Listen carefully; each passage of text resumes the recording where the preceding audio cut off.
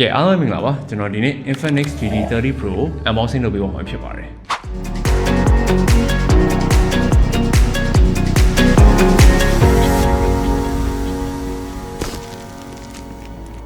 ဒီပေါ်နေပြီပါ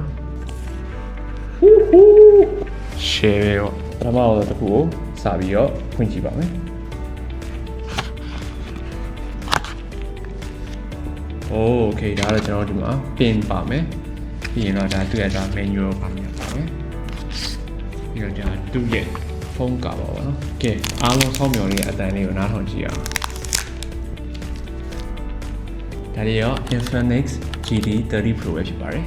ဝါဒီဇိုင်းကလည်းကျွန်တော်တွေ့ရနိုင်မယ်စက်ရုပ် futuristic အထားဖြစ်တယ်ပေါ့နော်ပြီးတော့အထက်မှာ bye bye ဟာကြည့်လိုက်အောင်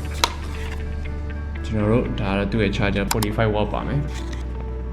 type A to type C okay ဆိုတော့ကျွန်တော်တို့လောလောဆယ်ဒီဘက်ချမ်းက gaming kits ကိုဖွင့်ကြည့်ရအောင်ဘူးရဲ့အလှကိုအများနဲ့ respect ထားပါ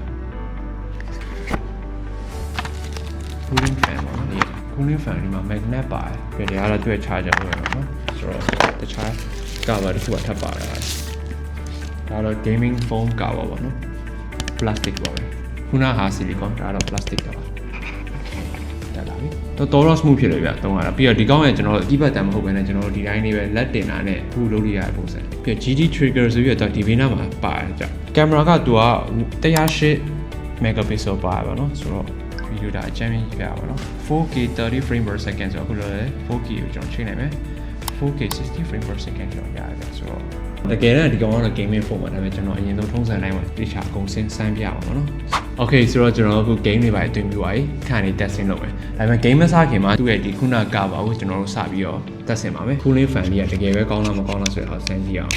cover တက်လိုက်တဲ့အချိန်မှာတော့ကန်ရတဲ့ feeling ပေါ့နော်ကန်ရတဲ့ feeling ပို့ပြီးတော့မိုက်သွားတယ်ဒီဆက်လေးတက်လိုက်တာနဲ့လုံးဝ30 watt wireless charging နဲ့ပါတယ် Okay ဆိုတော့ကျွန်တော်အခု game ကိုစပြီးတော့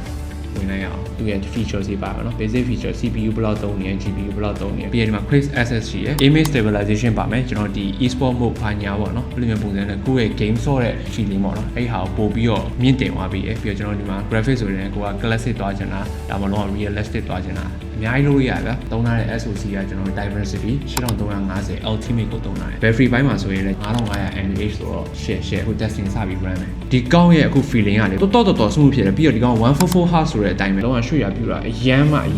တော် smooth ဖြစ်တယ် frame by frame သွားတဲ့ဟာအစားပါနော် all day full fps no frame လုံးဝအပြောင်းမဟုတ်ပါတော့ frame အပြည့်ပေးရဆိုပြီးဒီကောင်ကလည်းမျိုးကြော်ညာမာတဲ့တော်လည်းမသုံးတာဆိုတော့တကယ်လည်းဟုတ်ပါတယ်ဟိုသုံးဆော့ရတဲ့ feeling ကလေအနောက်က cooling fan ကလည်းတော်လေးကိုအေးနေပေါ့ပြီးတော့ဒီဘေးနားမှာလည်းပေါ့နော် action button တွေပါသေးရပေါ့နော် Infinix GT30 Pro ကိုဝယ်ယူချင်တယ်ဆိုခဲ့ရင်တော့ကျွန်တော်မိုင်းဘန်ကောက်မှာ brand new parking အသစ်တွေရှိပါတယ်ဈေးနှုန်းလေးကတော့12900ဘတ်ပါ online ကနေလည်းမှာယူလို့ရတယ်လို့ကိုယ်တိုင်ဆိုင်မှာလာပြီးတော့လည်းဝယ်ယူလို့ရပါအားလုံးကိုကျေးဇူးတင်ပါတယ်